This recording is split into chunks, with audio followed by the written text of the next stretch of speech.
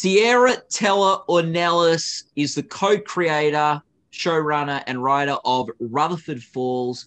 I'm Matt Noble of Gold Derby, and I want to ask you, Sierra, what was the most important thing to get right in this show? Sure. Before I start, Sierra Ornelas Sierra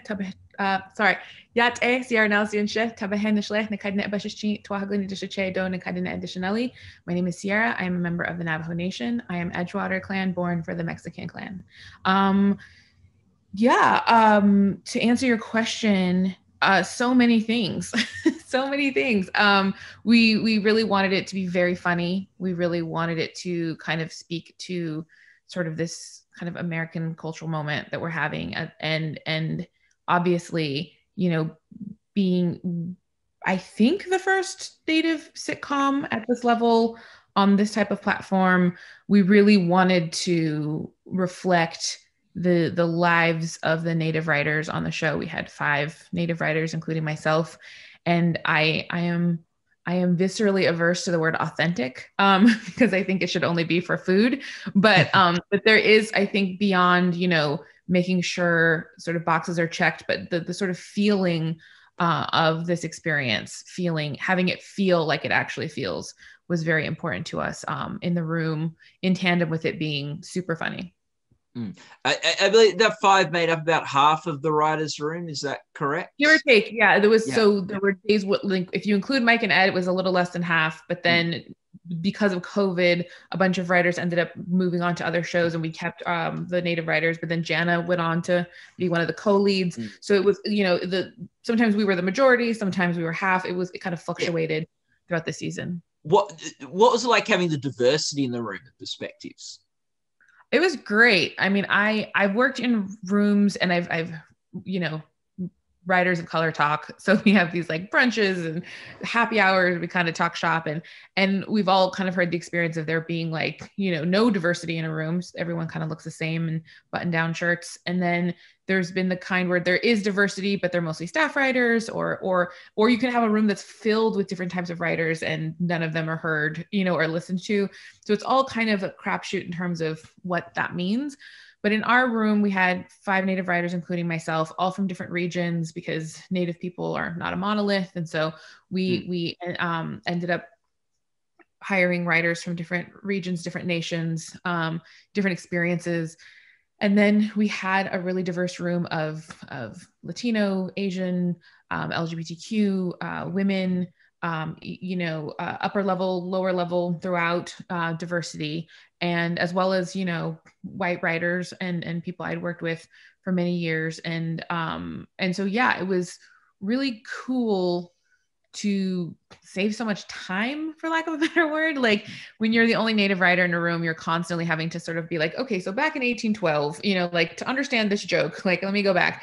And we just didn't have to do that. The Native writers sort of hit the ground running in terms of our experiences and sharing stories. And we had this sort of shared language. And then we added upon that all these other writers from different experiences who, we would talk about a concept like crabs in a bucket, which is in our finale. And, there were white writers who had never heard of that term. But if you were Black, you were like, oh, we have a barrel. It's called crabs in a barrel. Everyone had their version of it. And then one of the white writers was like, oh, it's like people from Boston. I was like, yep, that's exactly what it is like. It's like, you think you're better than me kind of culture. And so it was this really cool opportunity to kind of talk about new things and have these new stories that maybe certain writers had never heard of, but we all kind of collectively, it felt like a very safe room where you could ask them questions, you could say how you actually felt, you could debate, and a lot of those conversations and debates kind of were reflected in the show. Like that is an interesting thing, because the show, like you say, a safe place to ask dumb questions, the writer's room. And I think like a real big theme of the show is ignorance and how people respond to their own ignorance. What did you want to say about ignorance in the writer's room and in the series? I think the show sort of started with these conversations between Mike Schur, Ed Helms, and myself, and they had introduced this podcast to me that talked about this concept of the backfire effect, that it's this weird hiccup in human psychology where when you show someone evidence that goes against a core belief of theirs, they will not only not believe it. They will like double down on their original beliefs. It's why we have like anti-vaxxers. It's why we have this crazy political system in America that we have.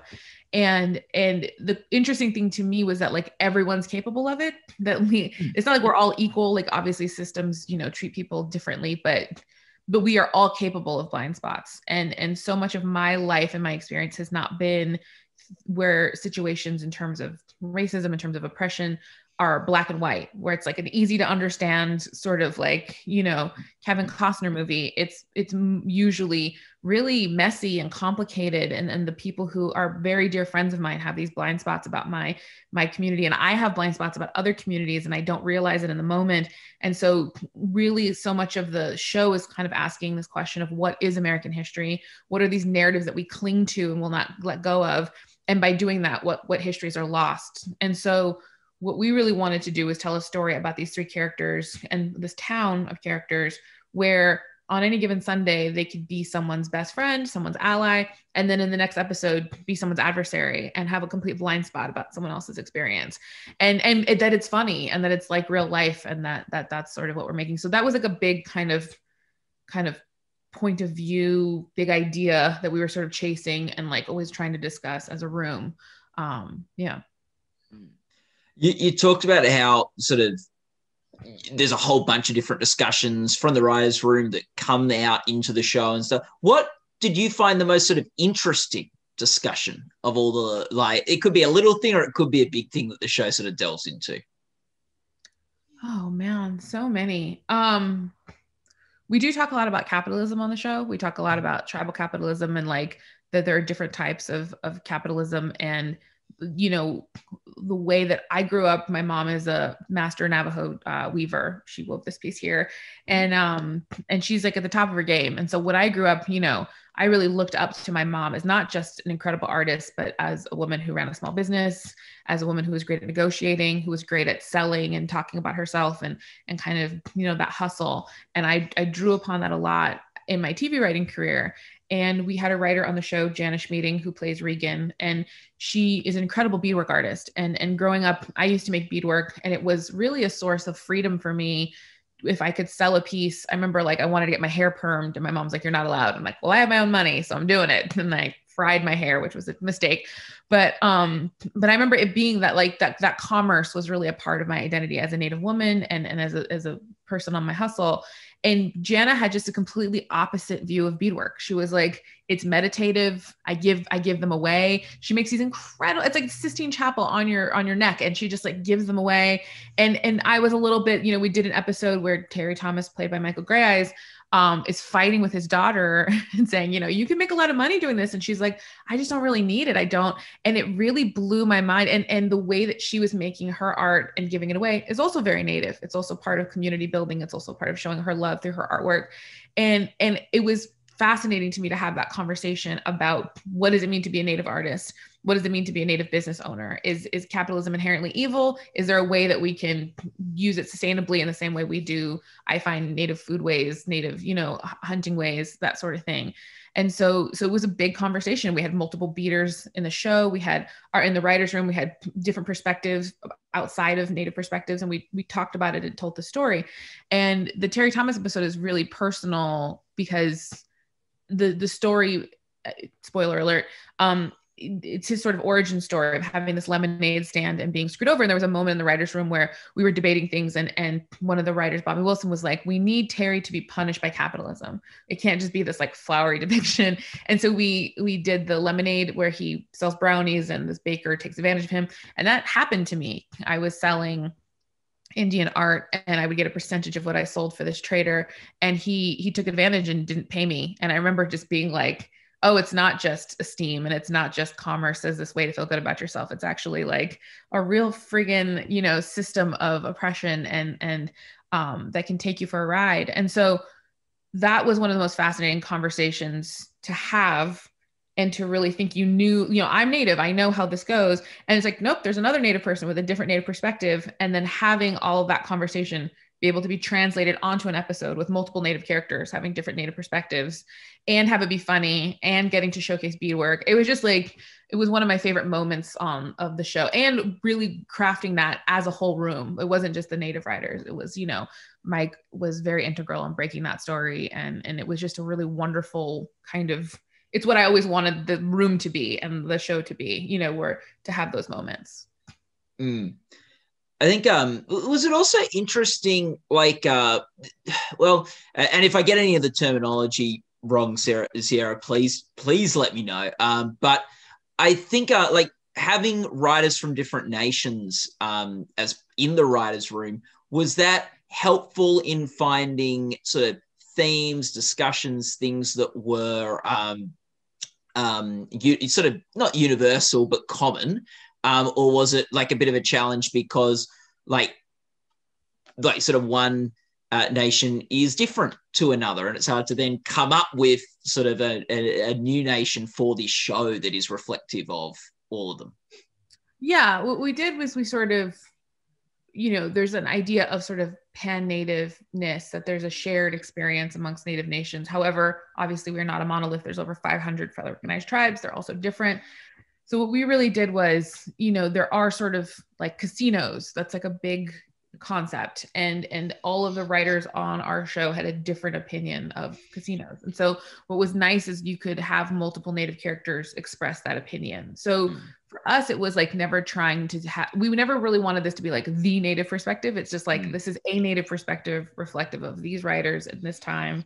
And then also trying to stay culturally respectful to the region. So one of our writers, Tyler Clare, who's wonderful, is Mohawk. And so we drew a lot from his experiences of that region. And then, Bobby Wilson, who was in the 1491s, is in the 1491s, which is a Native sketch group, has traveled all over the country, and visited many nations. I worked at the National Museum of the American Indian, at the Smithsonian. So we all kind of had a lot of knowledge of other regions. But I think it was very much, if this made us all laugh, it should go in. If this is a conversation that we're having that feels really juicy, like in any writer's room, you're like, okay, this is an episode. So it didn't really hinder us so much as like kind of help us to sort of tell this pan-Native story, since the tribe was fictionalized. Yeah.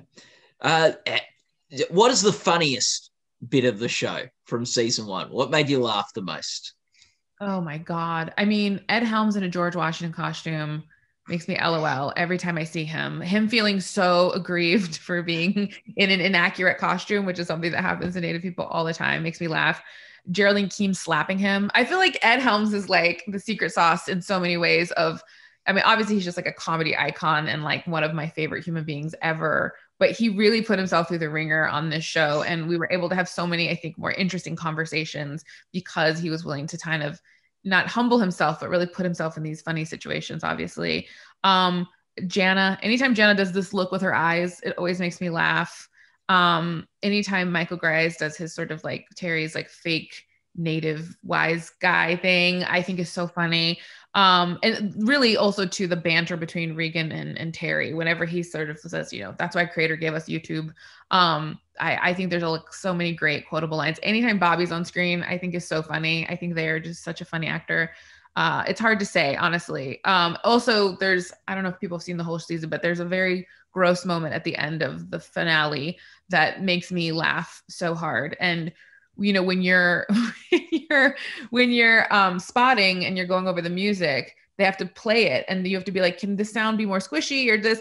And we have to watch it over and over. And we kept watching it, and Mike sure just laughed so hard that I just kept screen grabbing our like Zoom mix screen because it tickled me so much how amused he was by it and how I was as well.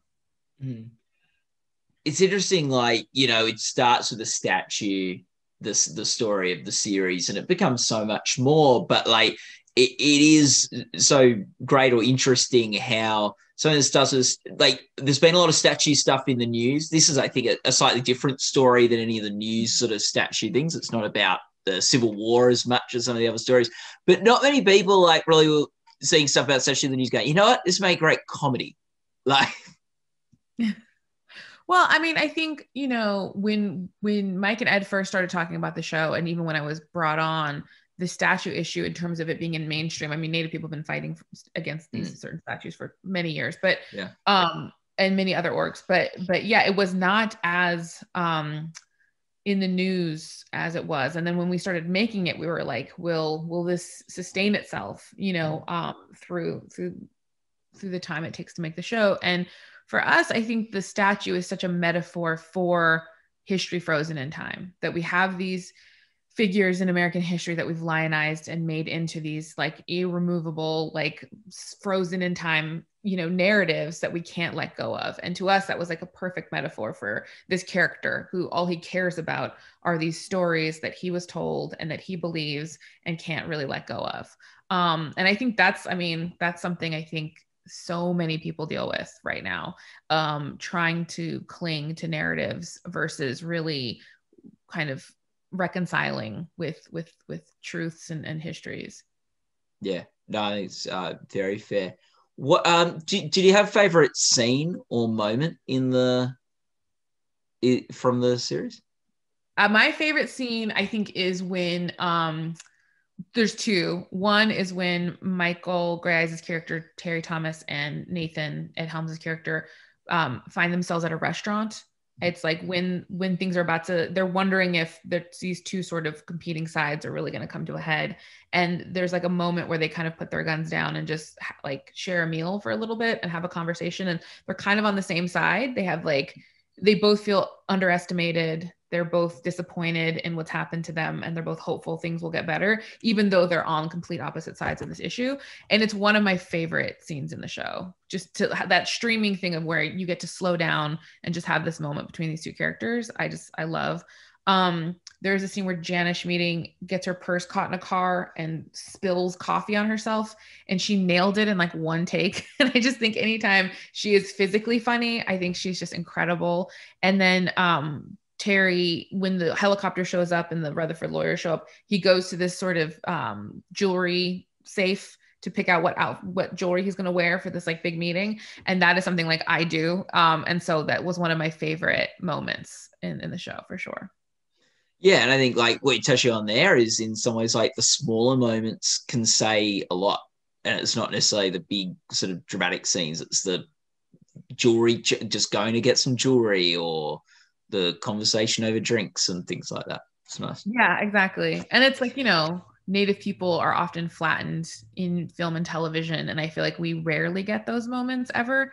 So it was just nice to know that you could infuse episodes with those moments whenever you wanted to. What do you hope someone watching Rutherford Falls, who watched the whole season, what do you hope they walk away with, or that it says to them? I hope they laugh. I hope they think it's really funny and silly. I hope they really enjoy the characters and the friendships on the show. And I hope they sort of, start maybe asking questions about their blind spots and the histories that they've been told, and have those conversations, but I definitely think like we infused a lot of Native joy in the show, and it's really come back to us, like Native Twitter, it's been so wonderful to see how happy they are and how excited we are to see ourselves. And so I think I would just sort of hope that you can feel a little bit of that Native joy that we put into the show. Well, Sierra, thanks so much for talking with us today. People watching this interview can go to goldderby.com to make your awards predictions, join discussions in our forums, and watch other videos with contenders. And Sierra, all the best of luck for Rutherford Falls with the Emmys coming up this year. Awesome. Thanks so much. No worries.